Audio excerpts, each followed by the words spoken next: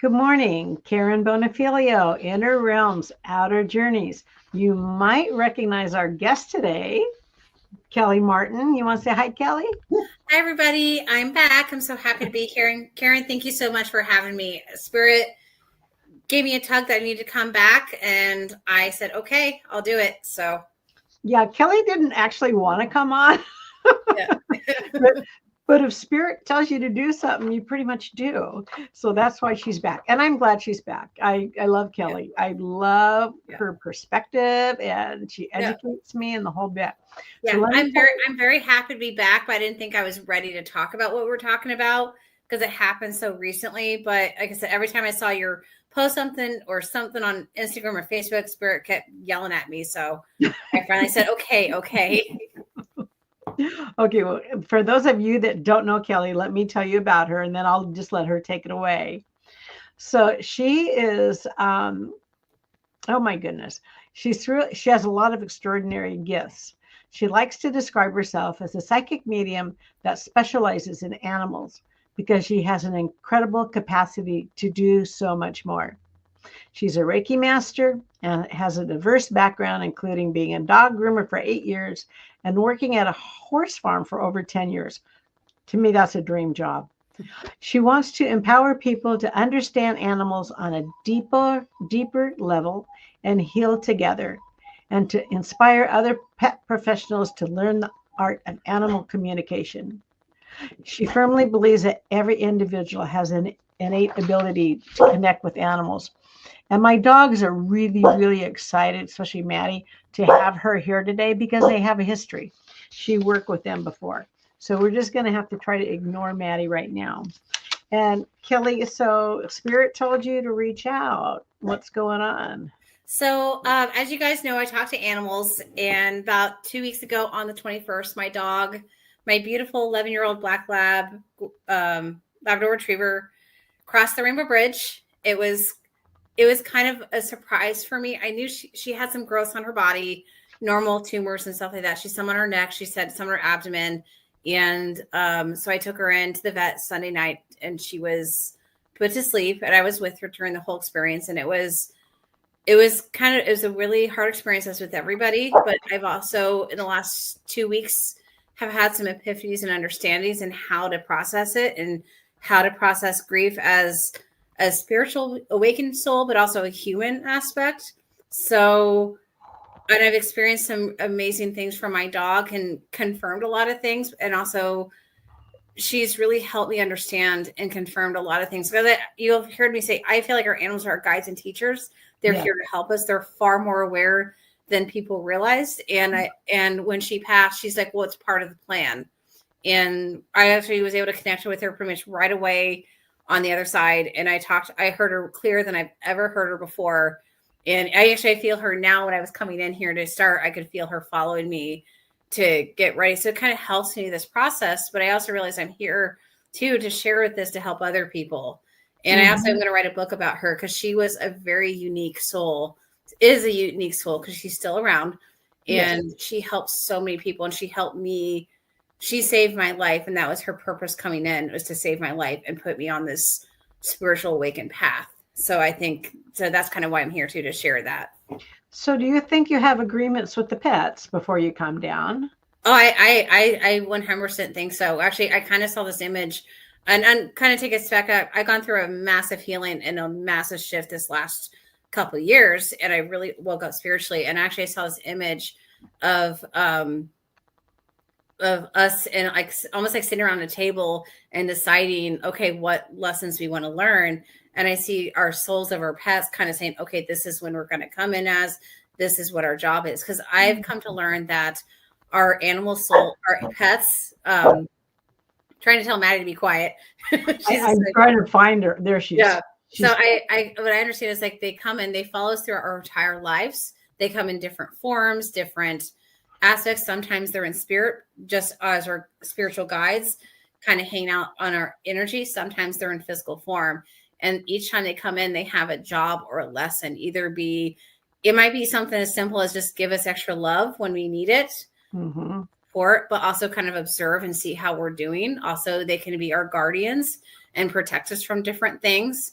And when that lesson is done or job is done, that's when they cross the rainbow bridge. And from my understanding is they go back, whatever animal they were in that life, they go back to that collective, like the cat collective or the dog collective. Mm-hmm. They share what they've learned. They've shared their experiences.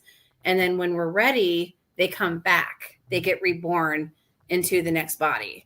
And and I've seen that before Lucy had passed. I saw that over and over again when I started doing pet readings of animals constantly getting reborn. And I see it almost every time I do a reading. The animals say, "Oh yeah, I was here before." And I've also recently learned that they also follow us through our lifetimes. So your dogs they come in the very beginning, and they can be other forms too, which is something I'm just really now getting into more as well, which has been really fascinating. Well, what's kind of eye-opening to me is I know that we sit down with our team and make those decisions. I did not think about including the animals, but it makes so much sense. Yeah. But I never put that together. That's kind of cool. Neither did I. And I've learned this over the years. And my whole life, I always thought that animals were more aware than people realize. But the last year, I really understood that, especially with my three. I have a dog and two cats, and I have one cat that's 18 going on 19. I call him a wizard because I think he's probably a much older soul than most individuals because he's so much more aware, and he's taught me so much, especially in the last 2 years now that I'm more aware. He was waiting for me to be ready because a lot of stuff he has to tell me, I had to experience it first, because otherwise I'd be like, because I was a little skeptical with a lot of this stuff. I didn't know I was a pet psychic. I didn't know I was a psychic medium. My gifts developed a lot over the last couple of years. And so now he's sharing me so much more. Even after last night, he's sharing me more stuff with me, which I'm still processing of like, and then my dog, she showed me her true form the day after she passed away during a breathwork thing. And I'm still like, what was that like? What was her form? I'm going to try to describe it. So the day after she passed, my friend had a breathwork class where you breathe in, breathe out for a set time. So I went, and I could feel her all around me. And all of a sudden, and I know this is going to sound crazy, but I'm just going to go with it. Okay. So she came to me and she kind of showed me the purpose and why she was here. She was here to save me because I was in a very bad place. She also but then I was doing the breath work and I saw her kind of go up into this like portal type of thing. And all of a sudden went from this dog form to this beautiful glowing being, like an angel, or I think she was a galactic being, like a Palladian or something like that. And she was a lot taller than me.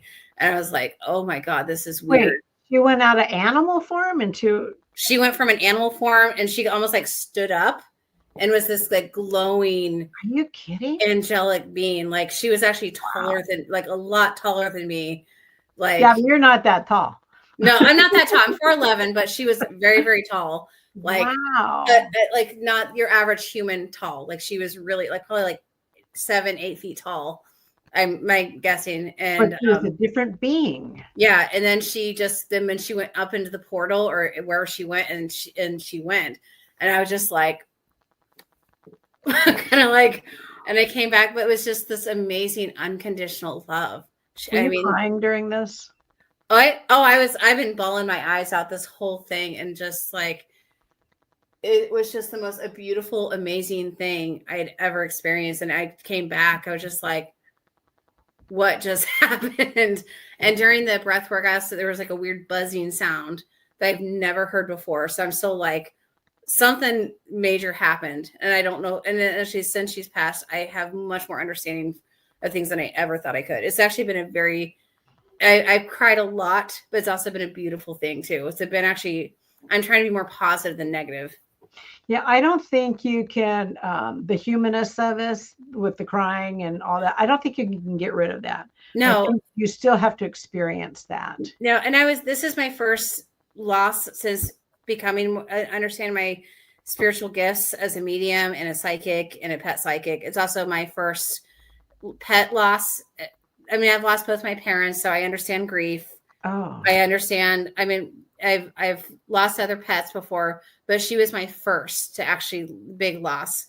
So I was always kind of curious, and I thought it was going to be my older cat first because he's 18, slowing down. But she ended up going first. But I also learned one of the reasons she passed is she came in here to save my life. Actually, the day she passed, before that, I went to a sound bath that my friends were doing. And actually, that's when I knew that she was going to cross the Rainbow Bridge. I saw her going up the bridge. oh, you did. Turning around. I almost took her to the vet that morning, but I kept hearing, you need to go to the sound bath first. And I was like, okay. My human side said, are you nuts? Because she had stopped eating. Her back leg had swelled up. But Spirit said, no, we know you need to take her to the vet, but go to the sound bath first. My friends do an amazing sound bath. So I went, and it helped me process these emotions. I saw her go up the Rainbow Bridge. And then she showed me when she came in 11 years ago that my light was dimming out. My light almost completely went out. And then she showed me where I'm at now 11 years ago is this glowing, beautiful, like rainbow light that was almost like you'd almost get hurt to look at. It was so bright. And she had done that through that time without me realizing how. And she was a very amazing dog. She just loved everybody. She was very sweet. She was more aware than most dogs. She had human eyes. I mean, you looked at her, you could tell there was somebody home when you looked at her. And and anybody who had a broken inner child loved her the most. That she would go up to and like lean against you and just give you all this. I mean, all dogs do, but she especially gave so much love to everybody. And even other animals loved her because she knew how to work with each individual animals. And all the other dogs looked at her like they knew that she was special. And then the beautiful thing too is now that she's on the other side, eventually I will get another dog. I'm already planning on it sometime whenever I'm ready. I still want to take some time for myself and my cats and everything, but she's already talked about coming back. And now she's making requests of what she wants to be and how she wants to look like, which I thought was really interesting. But during the whole time she was not sad or upset. She was fully aware when I took her to the vet what was going to happen. I think they know when they're going to go. They do. And I've done more awareness. Yeah. And I've done readings for people where I call my Rainbow Bridge readings, where I talk with animals that have crossed over. And none of them have ever said why it was too early, too late, right? And for a wide variety of reasons. And every time they said it was my time, and there was no anger. But my dog, especially, she had no anger, no frustration. But I still went through the human emotions. Like, did she know how much I love her? I hope I did the right thing? But I had to stop and become. I kind of became my own client that week, and I had to remind myself, it's okay. You did the right thing. It's how it's supposed to be. And it was different. So yeah, you throw those human emotions in there and they just kind of drag you down. And quite frankly, that's all an illusion too, but you still experience it. You can't wipe it out of your existence because it's part of our physicality. Yeah. And I took that whole week off to process things. And I went to my favorite place. It's a place called San Juan Islands, Friday Harbor. It's one of my favorite. It's one of my favorite places. It's only it's only about 2 hours from here with the ferry ride included. You have to go to Anacortes to get on the ferry. But it's my favorite place to go just to reconnect with my soul. Because it's such a beautiful area. And I went there and I just felt better, but I definitely felt really connected with her. And it was such a kind of a nice week to process all the emotions. But then, it was just, the whole week was just beautiful. But then I also got a healing with some friends too, to help me get these emotions. But I also felt a huge shift. I always thought Lucy was still part of this part of my life. Turns out she was part of the old stuff, because with the eclipse and the equinox is the day she left. That's a completion day of leaving behind your old self and then walking your new path, or the path you're supposed to. And I always thought she was still part of this new path. Turns out, to my surprise, she was actually part of the old book. She was not part of that system. But it's okay. It's what we signed up for. She came to do exactly what she meant to do. But like she's already planning on coming back too. Oh, yeah. And we had the discussion about 2 weeks before she passed of her coming back, and and actually all of my animals, I already know that they're coming back. My older cat's been talking about it for a year now. Oh, I'm coming back. And especially like with my younger cat, he's like, you better wait when I come back. I'm going to give you a run for your money. I have a 3-year-old, almost 3-year-old cat who's very playful and energetic. My older cat physically can't do it anymore, so he can't run around before somebody. So he keeps talking about that stuff and how he's going to come back very, very fast. Kelly, I know that you communicate with animals because I've had a session with you, and my dogs recognized you when you came on today, and we're all excited. Even though they can't see her, they knew she was here. So people that have lost any type of pet, you can connect them to that pet, and they can find peace and harmony. Yeah. Because we always question ourselves. Did I let them go too soon? Did I not do that? What could I have done differently? Same with people, someone in your life that you love, what if I did differently? But we also know that we don't go until it's our time. But you can offer some peace and some love to that soul that's having such a hard time too. Yeah, I've done a couple Rainbow Bridge sessions. It's something I just recently started offering, a separate session for people whose animals have passed. And because I started doing, actually it's kind of all this year, I started doing more of those. It's almost like now I can see it's almost like they were prepping me for the loss. Because now I realize they knew it was coming, and all these things made sense of why my dog was saying, like, the last time I took her swimming, she looked at the lake, like, now I realize she knew it was her last time there. And now I understand some things, like they already knew, but with the Rainbow Bridge readings, it brings people closure. It brings that, because that human aspect, you still need to know, like, they still loved you. And most of them I do is just the animals are saying, thank you for a great life. Thank you. You did the right thing. Stop blaming yourself. Stop worrying. And it's been really interesting. I've also learned how to deal with our other pets that are dealing with the loss too, because I was kind of curious how my 2 cats would handle it. And it's interesting because, like, they also know that they're going to cross over. And this is one thing actually I feel really strongly to share. As I mentioned, I have a cat that's 18 going on 19. Here comes for the kind of plot twist, I guess you could call it, is about 2 weeks before he passed, all of a sudden I noticed he had more energy. He started moving around better. He started jumping on the counter again, which he hadn't been able to do in almost a year. That's what people do. Yeah. They rally before they die. Well, no, here's the thing. It gets better. So all of a sudden he start feeling better. And I just thought it was the supplements. I started giving, because before Lucy passed, I did a lot of research. I was doing more natural ailments to help her feel better. And actually it was working for a lot of it. I started using like turkey tail mushrooms and collagen and all this stuff. But I started doing the same for my cat. But then after Lucy passed, I learned something. The very next day, he shared something with me. Right before Lucy passed, she absorbed everything from him, all the physical ailments, everything.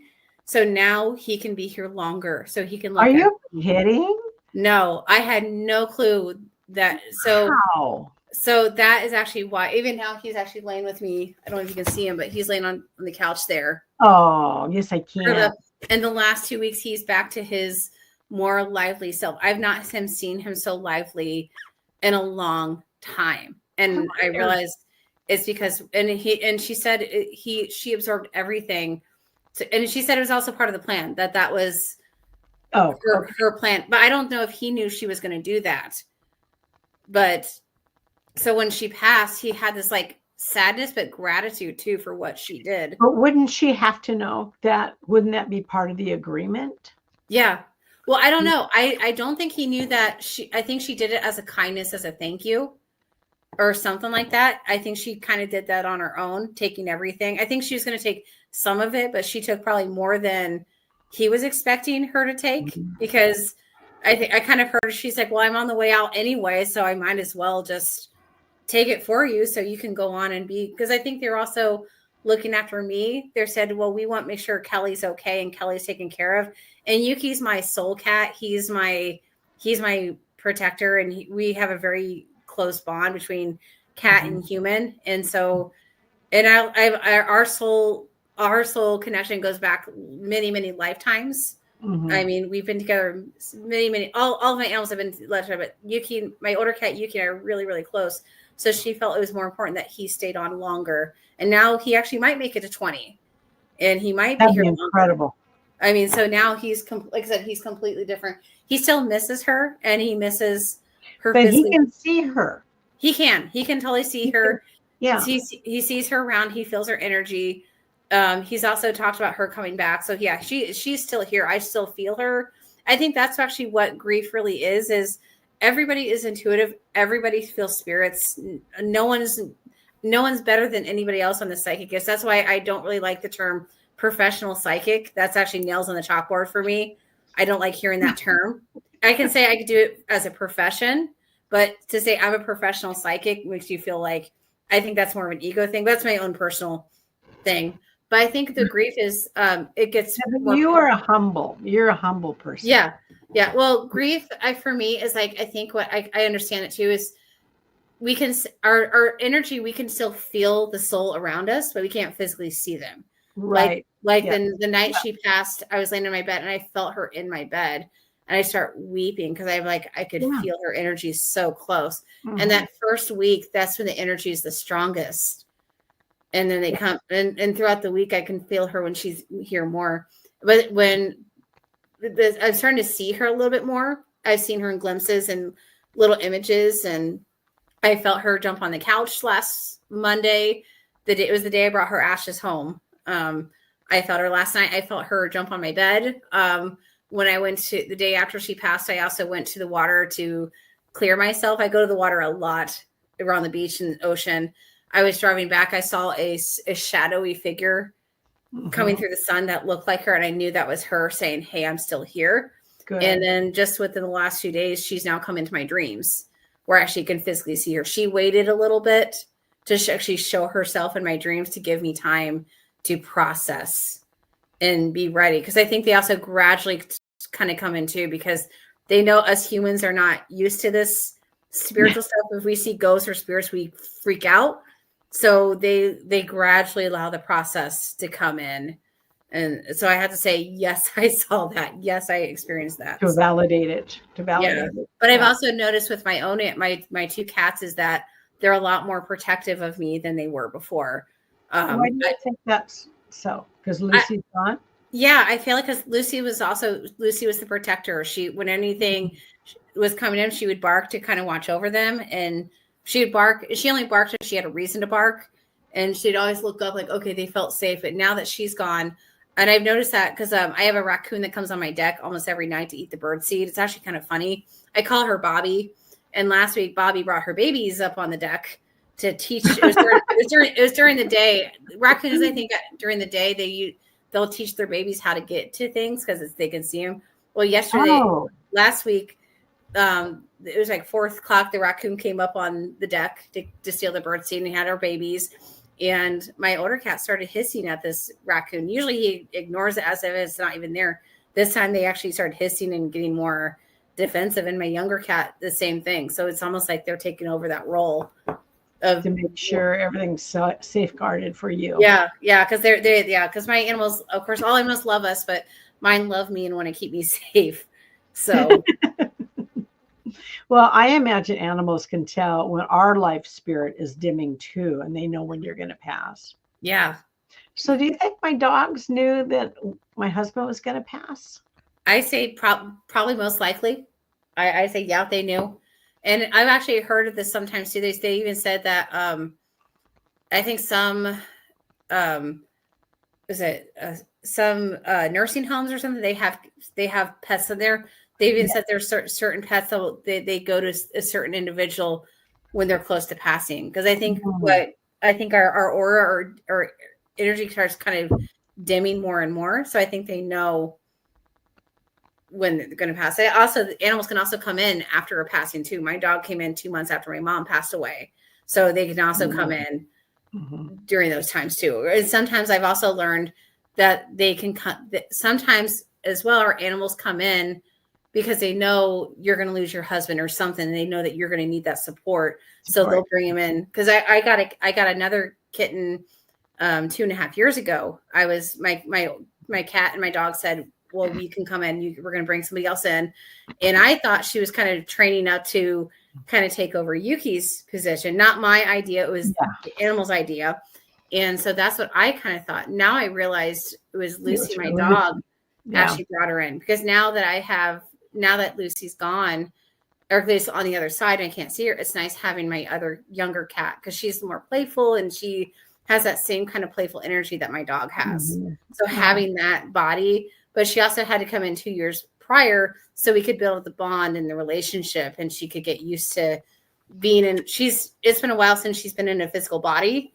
So she had to get used to that process too. So she's been in training up until now. And then even after the next day after where I kept her saying, oh, it's time for me to go to work now. So it's almost like whatever new role she's taken on now, like her job has become. And I think they also have multiple jobs when they're here, because one of Lucy's job was also to teach me how our dogs communicate with us without us realizing it. Because she was a very manipulative dog. She would get people to do things for her with ease. Like she'd tell people to give her more treats and food, but they would think it's her own thought. They thought it was their own thoughts when it was her actually doing it. So what do my dogs do to me? How do they mess with me? How do they support me? Just curious. They're here. Well, of course they're here to love you and give you that unconditional love. But I think it's also a lesson of learning boundaries and kind of standing up for, like, when you say no, you actually mean it. Yeah, Maddie pushes that. So, and sometimes our biggest tests are those. Our animals will test those boundaries. They will test things. even for Lucy, I learned too. Like, she was a super smart dog, and she would outsmart me. I'd have to figure out I'd figure something out. Maddie just came in like. She's super smart too. Yeah. So my dog would do things to outsmart me. Like, for example, when I was living in the Seattle area, if I was going to be home late, my roommate would take her out for me. But she learned really quickly that if she pooped for him, I wouldn't take her. I would just take her out to pee and come back in. So she learned, if I don't poop for him, Mom will take me for a longer walk when she gets home. And she figured that out. So I had to do other things to get her. So that's kind of those kind of things she would do. She figured out how to, and that she also learned how to manipulate other people. Like, once she realized you could understand her, you come to my house for a party, and she would tell you, like, oh, Mom doesn't feed me. I get no toys. I have no fresh water, all this. And she knew, and it was a joke. She fully was aware. I'd make sure she was fully aware of what she was doing. Yeah. And she knows she's well cared for. It was a game for her. So, and she even went into my friend's dream, asked for an Argyle sweater because another dog at a doggy daycare had one. It got a lot of attention, so she thought she wanted one. Oh my God. Joke's on her. She got her one. I put it on my Lucy, and she gave this look like, this is not what I wanted. Never asked for toys again. But even for toys, she would ask for very, very specific toys about what she wanted. And even last week, I was going through her toys, and most of them I got rid of. Actually, I put them in a box and put it at the edge of my driveway, and allowed my neighbors to come pick up toys from her, because she had so many dogs. My neighbors all loved her, so that was a good way to kind of do a parting gift. But she did request me save some of the toys for when she comes back. She's like, I want this one, I want this one, that one you can get away. So that was interesting too for her. Yeah, so that was most of the stuff she wanted me to get rid of. She's like, and she wanted to make it very clear, like, when I come back, I'm not Lucy anymore, so don't call me Lucy. Make sure whatever name you decide. So I'm curious, how is she going to come back to you? Because she's told you. She will be a golden retriever. It's my dream ball. I've always wanted one as a kid. I was the kid that played with all the dogs in the neighborhood. But my two favorites were Tyler and Brady. There were these two golden retrievers. I went to play with them every day, more than my own dog. My mom had Cocker Spaniels, and nothing against Cocker Spaniels, but it's just not a breed for me. But I've always even as a groomer, I love golden retrievers. They're my favorite. Lucy also had a really good friend that was a golden retriever. So that's what I decided I wanted. So that's what she is. But now she's being very specific. She's like, I don't want to be a white golden retriever. We want a red. She's showing me what colors. And actually the day before she passed, I actually went to this park that looks over Bellingham Bay. And there's 3 golden retrievers at that park at that time. So I'm like, what are the chances of that? So is that confirmations? But I've also made the decision I'm not going to get a dog probably till after Yuki actually physically passes, because he actually made a request last week that he's too old and tired to raise a puppy. Oh, so puppies have so much energy. They have so much energy, and he's older, and so I just started my business, my Elementails business, and I want to grow that too. So what business, honey? Elementails, my oh yeah my pet psychic business. I'm growing that, so I want to be in a better place financially before I get another dog. So I want to know, what can you tell the audience about your strengths? Because you have a lot. Yeah. For the people that really don't know you, what are your strengths? My biggest strength, I think, is just having a better understanding of how spirits work and how your life kind of works. I've been called a divine communicator. So I talk to other spirits and other things too. And I think I kind of get to the heart of the soul of why they're here. Because I also do Akashic record readings. I do other lifetimes. That was incredible when I did that. Yeah. So, and I'm still trying to figure out how my plan works and where I'm going, because I still don't know, because my guides always call me kind of an independent study, because I do my own thing. And actually everybody in my soul tribe, we all do our own thing that are very unique that no one else really does. So I'm trying to figure that out. I'm also going to be writing a book about my dog and her life and how she really changed some things. But I think my biggest strength is just really listening to people and understanding and help them realize that what they're going through is okay and it's normal. Because I mean, and I also really am good at helping people beginning their spiritual awakening journey and explaining to them this is what it's going to be like. I know you do have a lot to offer. You really do. Yeah. I think I took 3 sessions from you. Yeah. I can't remember. It's supposed so long ago. Yeah. It seems like years, but it wasn't, but it feels like it.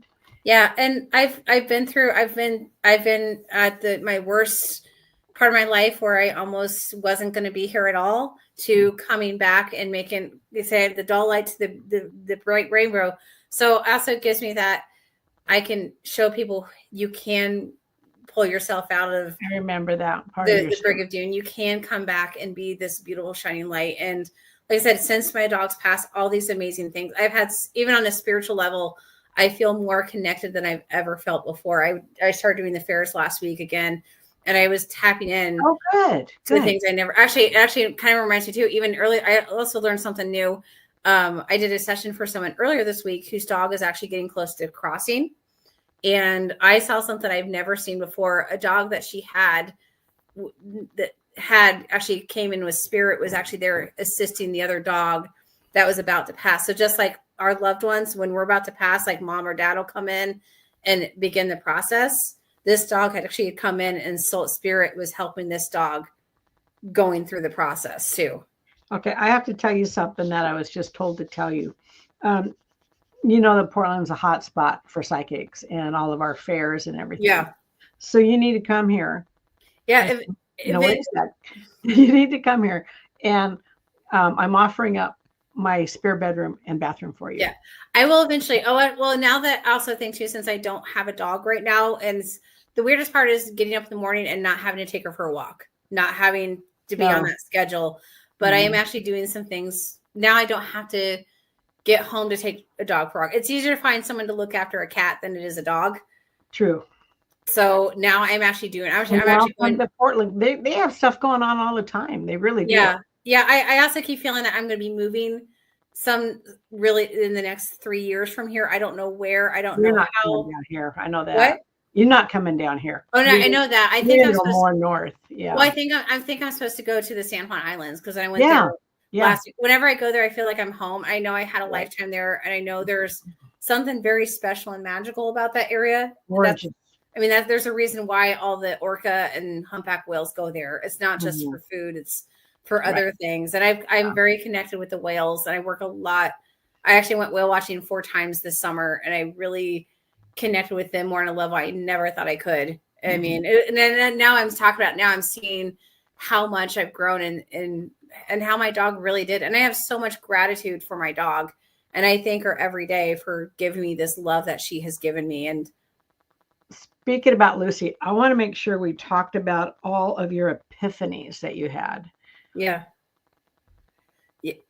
Did we hit everything that you wanted to say? I think so. I think the biggest thing is she just confirmed a lot for me. Because I mean, and a lot of people have argued with me with things how that you can't be human, you can't be other things and go back to being a dog or cat. Because sometimes a lot of humans think that we're higher up on the totem pole and that we're above other animals. Because like my older cat has shown himself as a Japanese man wearing a kimono, where we were married during another lifetime, both human. I want to make that very clear.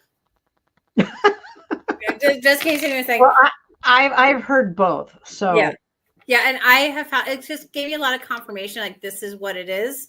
But that's the epiphanies I was talking about. It confirmed a lot, especially when Lucy went from a dog to this angelic being or whatever she was. It kind of gave me that aha moment, and also that they truly do come for a purpose to teach us, to help us. Oh yes, definitely. And that they'll come back, and that also not to be afraid of death. Humans, we've been programmed to fear death our whole life. And our animals aren't afraid of it. I've heard that for the last eight years since doing this, is animals are not afraid to die. They're not afraid of the process. They know it's going to happen. As humans, we forget each time. Like every time we come into a human body, they wipe that part. It's like for some reason humans have a hard time processing it, but our animals are not afraid at all. See, since I've lost all my main family, I'm happy to go when it's my time. I'm not scared. I welcome it. And I told my kids the other day, because they want to do a memorial. And I said, no, don't do a memorial, because I know I'm going to live a long time. I said, most of my friends are going to be gone. And just put me in the Wilson River where my husband, my mom, and my dad are, and then go have beer and pizza. That's what I want you to do. And they looked at me like, are you nuts? But that's what I told them. I want them to do that. Mm-hmm. Yeah. I don't need that honoring. I don't. I know how I've lived my life, and I'm satisfied with that. Sorry, I didn't mean to take away that. No, you're good. You're fine. No need to apologize. No, it's true though. I mean, because I do the same thing. I'm like, when I thought about having a memorial for my dog, I'm like, but people loved her, but she was here for me. So I mean, and when the time comes to release her ashes, I'm going to go to the lake where I took her swimming, and it's just going to be me and her. Because I thought about having other people there. I'm like, she was here for me, not anybody else. So out of all the people that I interview, you give me the most chills. I'm not kidding. Jeez, and I forgot my blanket in the other room. Yeah. Well, I realized I touched on some things, and I got to be on Soulology a couple times this year, and I really learned a lot from being on that with Todd Medina. He's great. He's another great person for you to talk to, because he talks to all sorts of other spiritual week, and he also gave me some great confirmation and confidence of what I'm talking about. And I'm a lot more confident in what I'm talking about now, and knowing what I'm hearing is my truth. Okay. Are those interviews on your Facebook page? Yes. Okay. And that's been going across the screen. There it goes. I can see it right now. Yeah. So people can catch that.